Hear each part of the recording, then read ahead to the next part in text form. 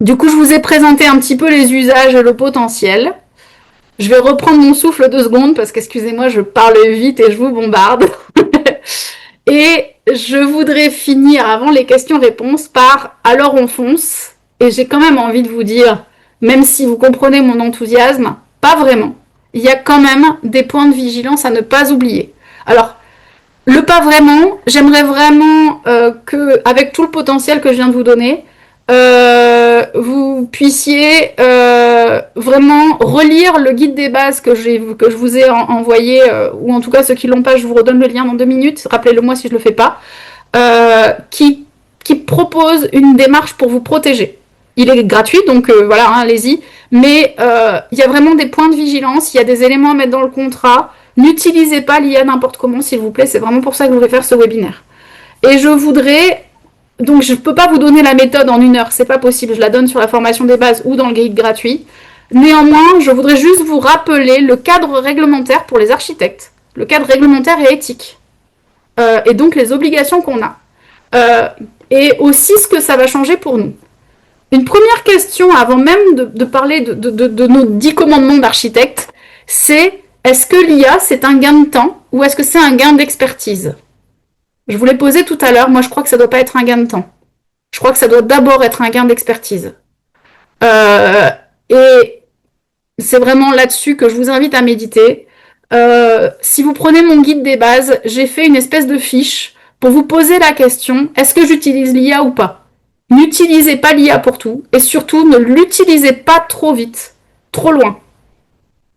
Ma recommandation que vous trouverez dans le guide des bases, c'est de commencer par des autocontrôles. Les autocontrôles vont vous faire gagner en expertise et vont vous faire comprendre comment fonctionne l'IA. Voilà. Ne commencez pas par produire un CCTP de grâce. Parce que si vous cherchez à automatiser un CCTP, vous allez vous foirer. Voilà. Et une autre question, c'est OK, avec l'IA, vous allez forcément gagner du temps. Vous allez forcément automatiser, même si vous cherchez du gain d'expertise. Mais qu'est-ce que vous en faites? L'IA va faire toutes les tâches rébarbatives. Enfin, si vous utilisez l'IA à fond, l'IA va très rapidement faire toutes les tâches rébarbatives. Croyez-moi, mon expérience, on peut vite finir en burn-out. Parce qu'en fait, quand on traite de la base de données, quand on va lire un texte réglementaire, c'est quelque chose qui est reposant pour notre cerveau. Quand on prend une décision suite à une recherche IA, et du coup, à chaque fois qu'on le relit l'IA, on prend des décisions, c'est entre 10 et 50 fois plus mobilisant pour le cerveau que de juste faire une recherche documentaire. Ce que j'essaye de vous dire, c'est qu'avec exactement le même temps passé, vous n'avez pas la même charge cognitive.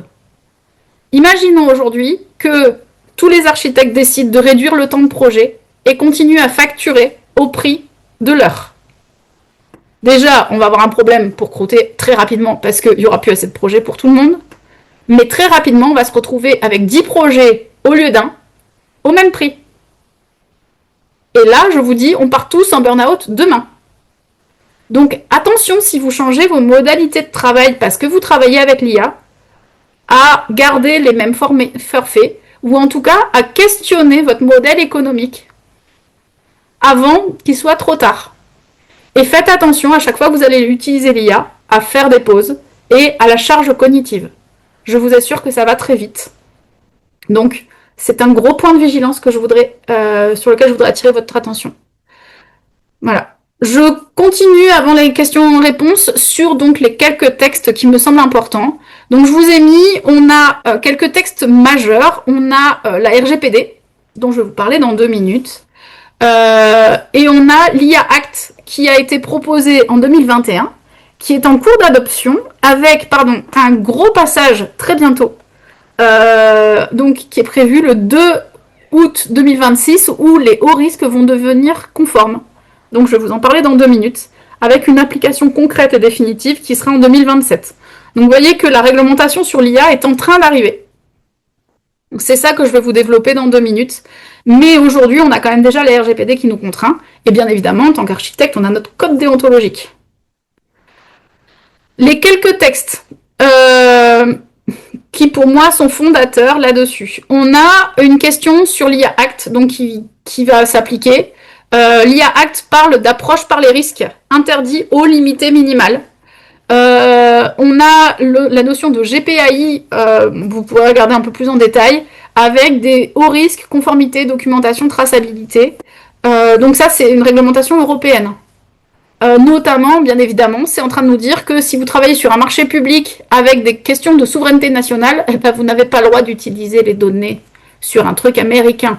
Vous êtes obligé de prendre une IA qui s'engage à avoir vos données en Europe. Bon, autrement dit, vous prenez Mistral ou une IA locale. Hein. Voilà.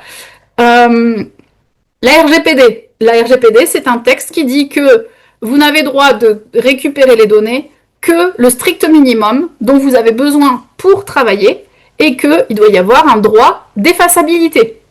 C'est la raison pour laquelle je vous ai fait décliquer tout à l'heure l'amélioration des modèles, puisqu'en fait, il faut impérativement, si vous utilisez des données d'un client dans l'IA, que vous puissiez les supprimer. Et si vous n'avez pas décliqué le truc, vous ne pouvez plus le faire, donc vous êtes non conforme. Voilà. La notion de droit d'auteur, donc je vais en reparler après. Il y a quand même une vraie problématique, puisqu'en tant qu'architecte, on a cette notion de droit d'auteur, mais qu'on ne peut pas avoir des droits d'auteur sur quelque chose, une production uniquement de l'IA. Donc si vous n'êtes pas capable de prouver que vous êtes bien à l'origine du projet, vous n'avez pas de droit d'auteur sur votre bâtiment. Ce qui est un peu important. Sécurité et ingérence, vous avez pas mal d'articles qui ont été publiés par la DGSI, donc le ministère de l'Intérieur, qui montrent qu'on a quand même des gros risques d'espionnage, d'espionnage industriel par le biais des IA, et donc qui proposent de privilégier les IA souveraines, donc notamment Mistral. Je vous ai dit que je ne l'utilisais pas, mais en théorie, si on voulait privilégier la souveraineté nationale, il faudrait largement privilégier ça. Et vous avez la CNIL qui parle aussi de tout ce qui est modèle open source, etc. et qui nous demande de vérifier la base légale avant d'envoyer des données à l'IA. Donc est-ce que vous avez le droit et la traçabilité. Donc je vais vous expliquer comment tout ça, ça va se renforcer. Voilà. Ce doit être un accord avec les syndicats pour qu'il n'y ait pas de dumping d'honoraires par des confrères. Oui, sur la base des honoraires, je suis d'accord avec toi, Zegna, qu'il va y avoir vraiment un élément majeur. Donc, les 10 commandements que j'aurais envie de vous proposer, donc ce sont les miens, hein, mais je me suis écrit mes 10 commandements de l'architecte qui utilise l'IA. Le premier, ça va être le consentement. Je vais vous expliquer dans le détail dans 2 minutes, je vous les présente et j'y reviens. La confidentialité, la transparence, la responsabilité, le contrôle humain, la traçabilité, le contrôle, il y a autre chose, excusez-moi, mais bref, je reprendrai après. Source, donc la fiabilité des sources, l'assurance et la formation. Alors, je vous détaille en 2 minutes. Le consentement. Alors, je vous ai mis à chaque fois, vous voyez, mon thème.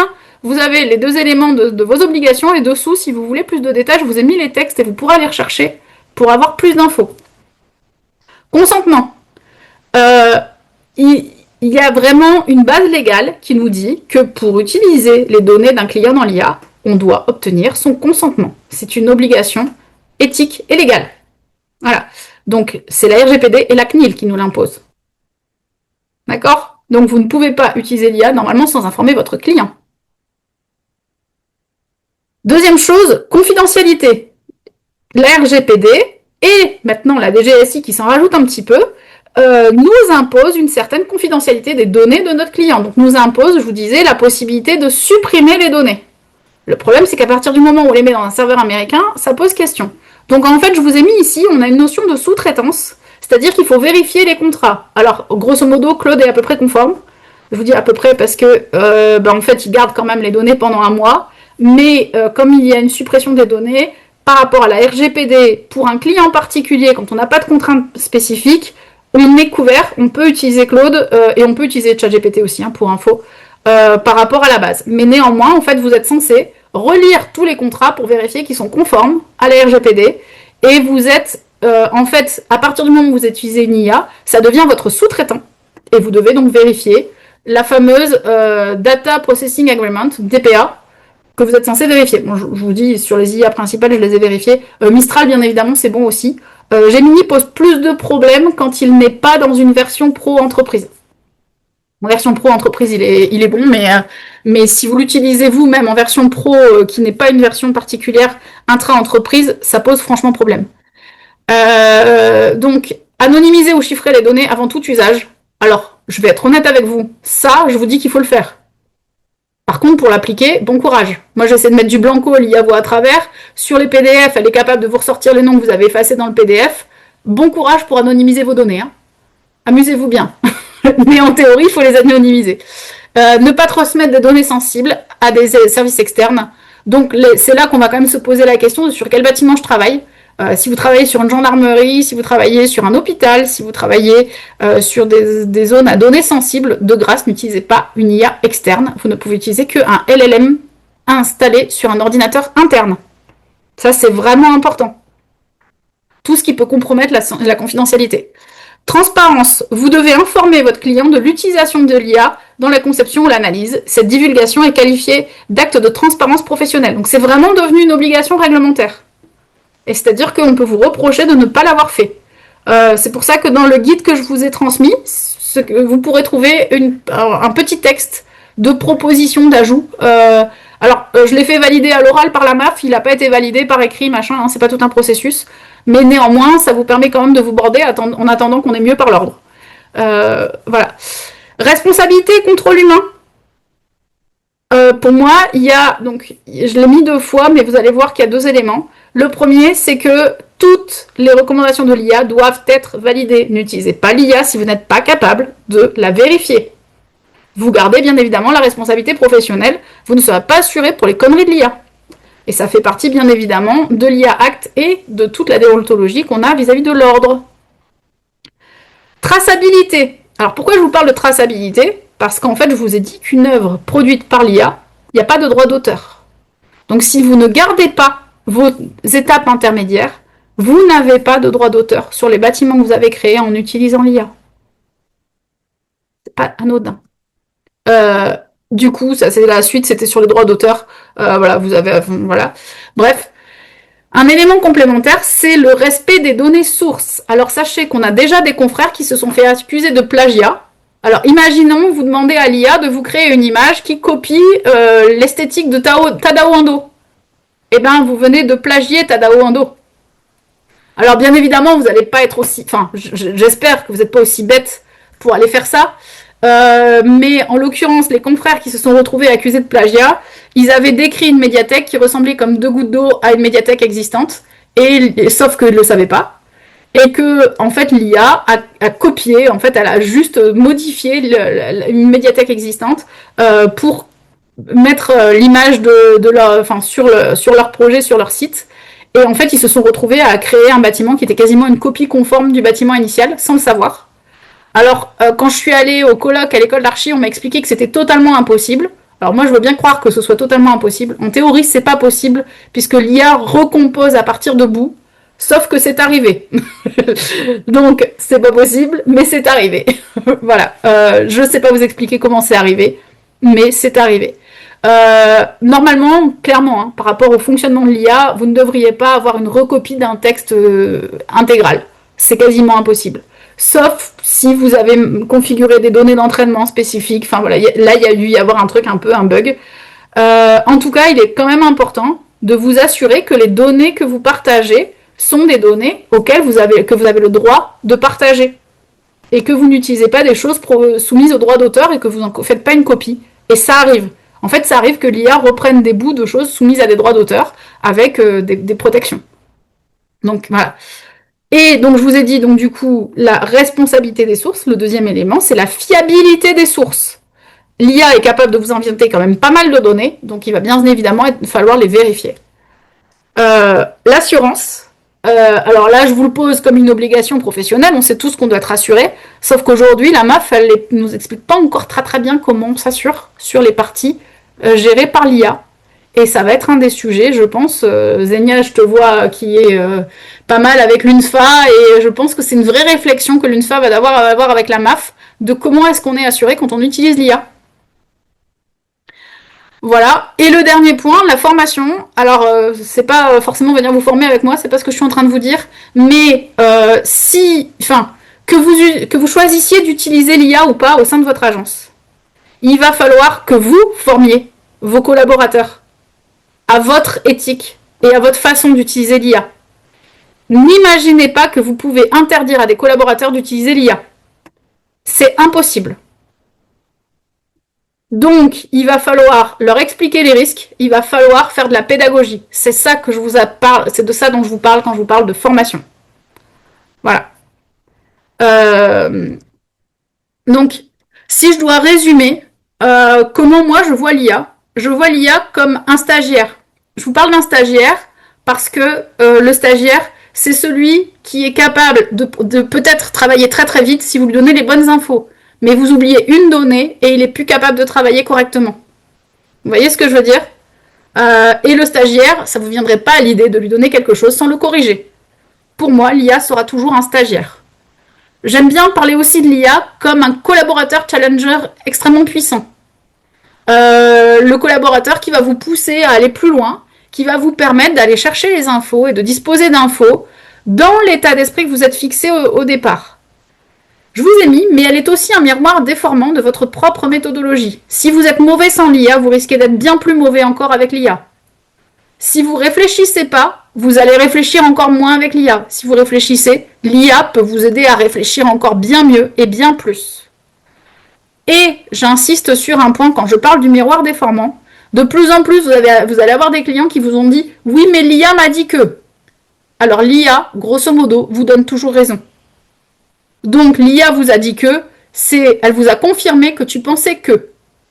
Et c'est vachement important. Quels que soient les prompts, quelle que soit la méthodologie que vous utilisez, l'IA ne vous challengera que dans votre champ de pensée.